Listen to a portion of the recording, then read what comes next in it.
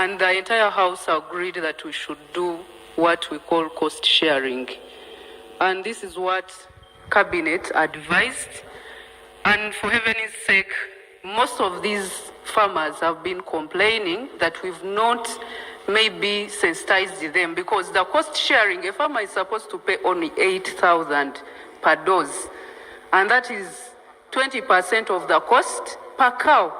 You pay 8,000 and 80% of the cost is handled by government. Though we are talking to the same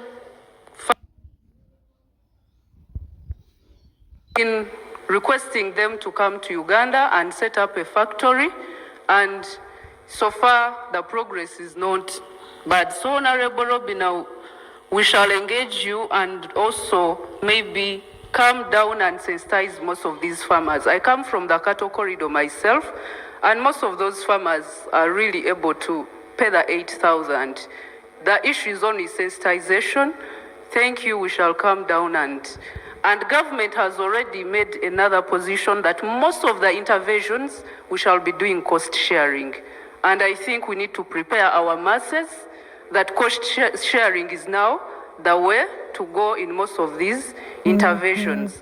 Even the seedlings, I heard someone talking about that. We came here and agreed that money, we should stop giving out free seedlings and we go into PDM. So all the money that we used to get all these planting materials, we decided now to take the money to PDM. And I'm happy His Excellency, the President, has also increased the PDM money from 100 to 200. So members, we need to sensitize our masses and update them on most of these government interventions. Thank you. No, but Honorable Desire, on issues where you're denying us money, you give us information.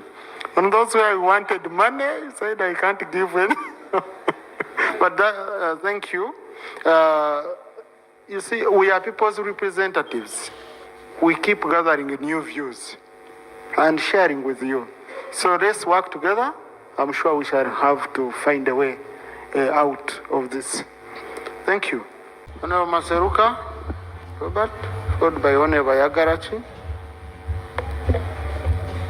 Thank you, Right Honorable Speaker.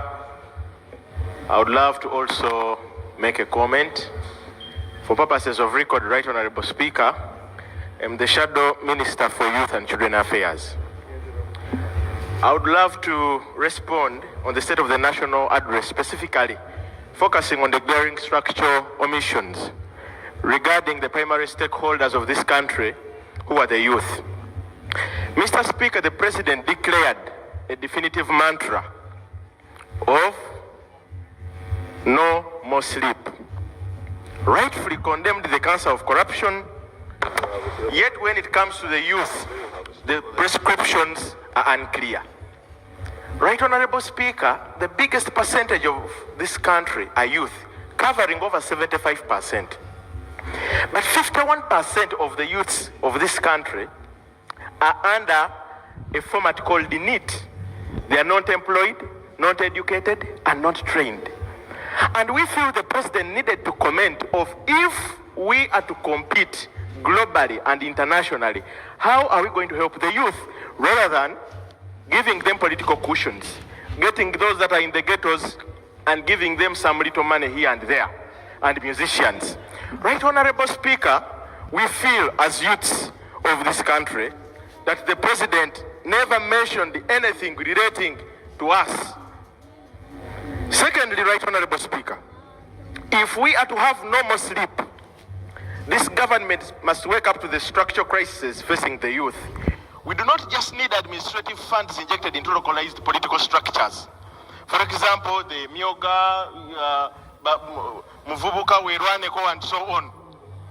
We need aggressive policies for youth land leasing frameworks. Our youth do not want tokenism and scrums. Right Honorable Speaker, I'm passionate about speaking about the President's speech because I have been one. I know what it means. Right Honorable Speaker, Right Honorable Speaker, you see that you don't know, but I've been Girudi President of Makerere University. Right, Honorable Speaker, when we are talking in Makerere, just like I've been there, that Makerere University is Uganda summarized. So when I give hope, we have our people of Mpunge sub-county. It is one of the sub-county metropolitan. Since the creation of Adam and Eve, they have never seen light. We have our people in Kome. Colleagues, I think if we could follow protocol, the president deserves another minute. He is not at your level. He should speak for 4 minutes. Another minute for the president. Thank you, Right Honorable Speaker. We have islands of Kome and Damba. Right Honorable Speaker, the situation at those islands, the military and how they are treated, when people are taking their land, they needed to hear hope from the president. They needed to hear words of encouragement because their land is being taken, they can no longer fish. We have had an issue of the breeding area. Someone comes and says, all here is breeding area. No one is allowed to fish.